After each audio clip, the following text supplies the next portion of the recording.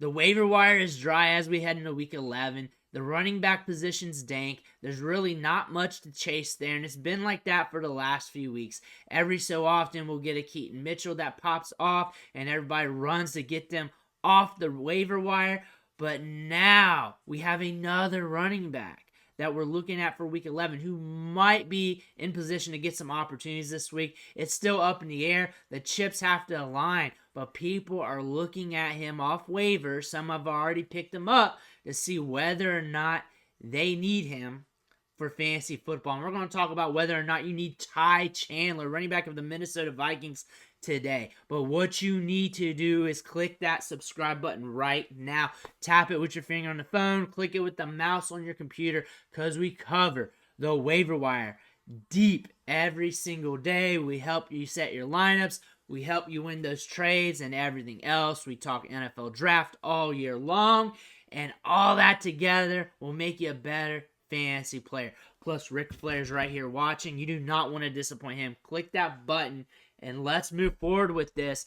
Let's look at Ty Chandler to see whether or not you need him for fantasy football, especially for this week, especially going forward. We've talked about him a few times this season as a stash running back, especially before Cam Akers and especially after Cam Akers.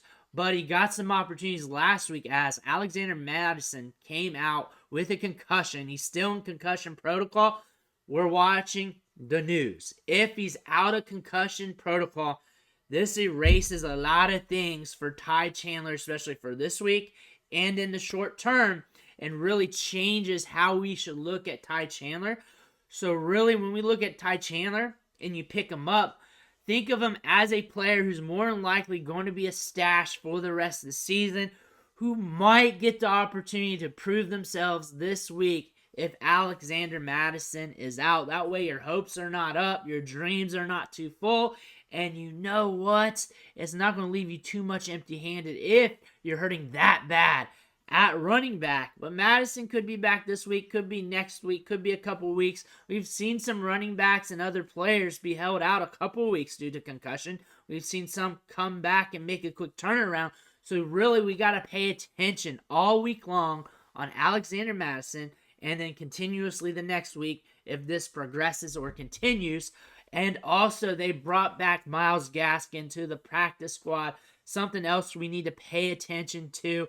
Really, Ty Chandler should get the first burn here. But again, pay attention to Gaskin. See if he gets bumped up or anything like that. Some news that you just need to pay attention to throughout the week. This week, next week, and ongoing here. But with Ty Chandler, crickets this year until last week. Mainly because Cam Akers is out and for the rest of the season due to the Achilles injury. And also prior to that, he was only getting a few touches per game. It was the Alexander Mattison show. He's getting the touches. He's getting the workload. And then in week 10, Alexander Mattison comes out. 15 rushing attempts, 45 yards, and a touchdown. Not super efficient, but good enough to score you a 10 spot in fantasy football. Yards after contact per attempt on the season is at 2.17. 50 yards after contact on the year. However, we have about 20 to 25 touches on the season, so not much of a sample. Not much of a sample last year, even with 2.33 yards after contact per attempt. And you see that last year, we have barely any production. We have barely any production this year because he's a backup running back.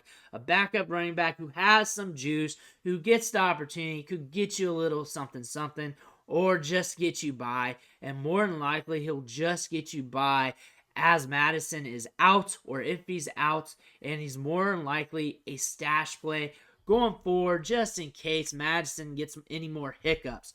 But still, looking back at his collegiate production, his profile here, and I will call him a Van Wilder running back right here. Just been in the collegiate system for a long time, showing some productivity, playing for Tennessee when they were called the Michigan of the South back then, when it was not as grandiose. It's looking a lot better now for Tennessee, especially these last few years, but he transitioned over to North Carolina, transferred there, rushed for over 1,000 yards, 13 touchdowns, late round pick in the NFL draft, But when you watch the tape, you can see why some people were hyped about him as a late-round prospect. That final year, 3.86 yards after contact per attempt, 11.8 yards after the catch per reception. That's with Sam Howell there.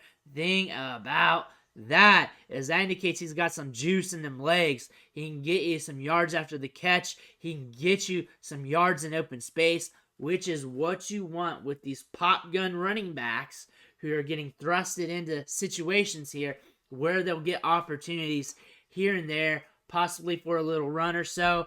But that's something you want to see because we see that 4.38 speed. We see 92nd percentile speed. That's what we want. That's what we want here. We hope the defense messes up in front of him a few times. He sees green and hits that home run.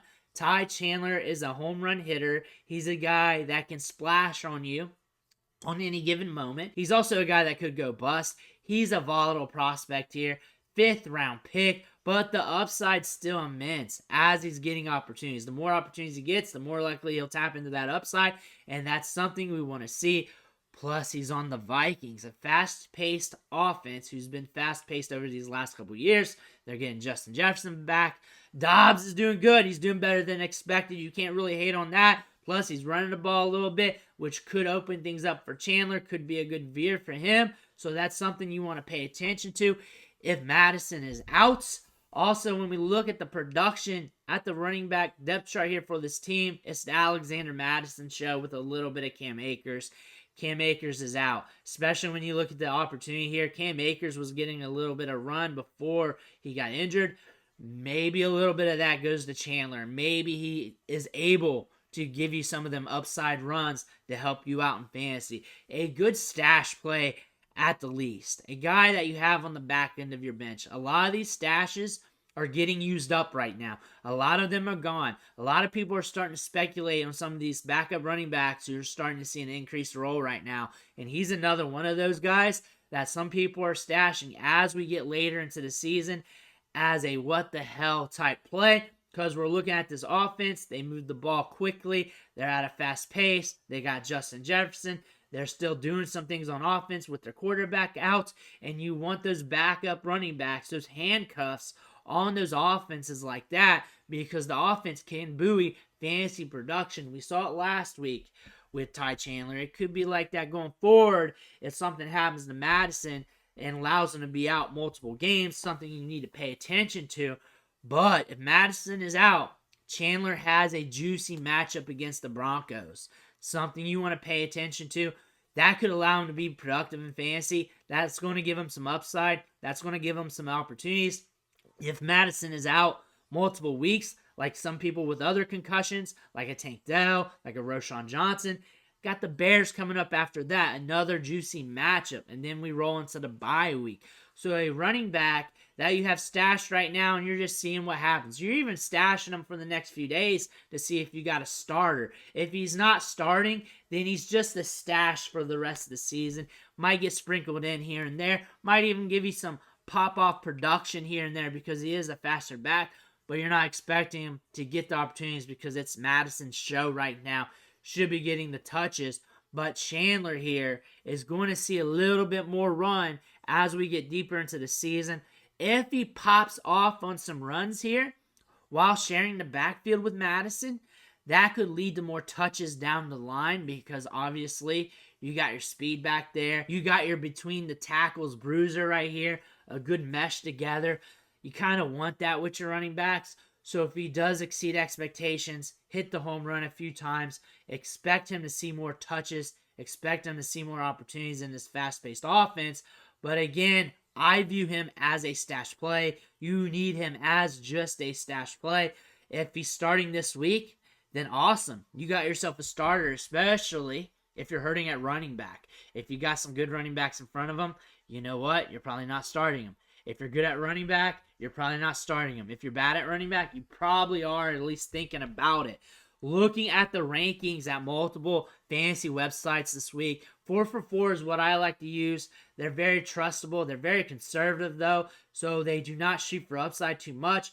They got him ranked as RB27. Fantasy Pros has him ranked at RB25. PFF has him ranked at RB24. And Yahoo actually has him ranked at RB28.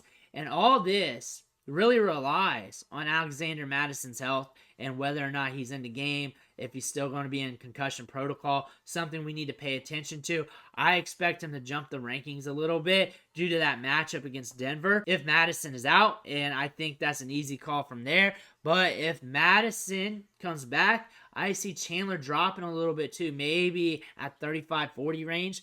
Possibly, but I expect him to get more touches. I think they're going to allow him to get more work to keep Madison fresher as we get later in the season. Also, see what they have in Chandler, plus use that speed on the edge, give him a little bit more opportunities. But that could be, instead of 3 touches, 8 touches. Instead of 5 touches, 9. Something like that. But a guy with home run hitting speed could still splash on you. And if he splashes, that could lead to more opportunities in the future.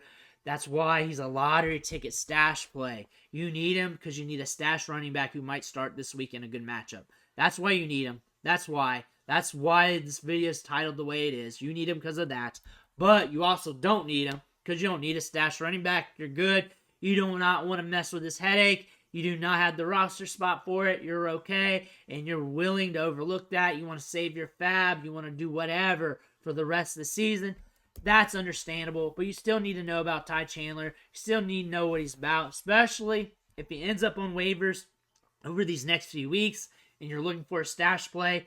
You're looking at a guy here with 4.38 speed, home run hitter, and a fast-paced offense, and that is something you should be looking at if you have space, if you're looking for a stash, if you need a home run hitter on the back end of your depth chart to see what happens with him in the next few weeks. Let me know what you think in the comments below. I want to hear about it. Make sure you hit that subscribe button on the way out.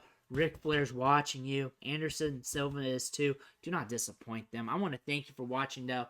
Catch you on the next video.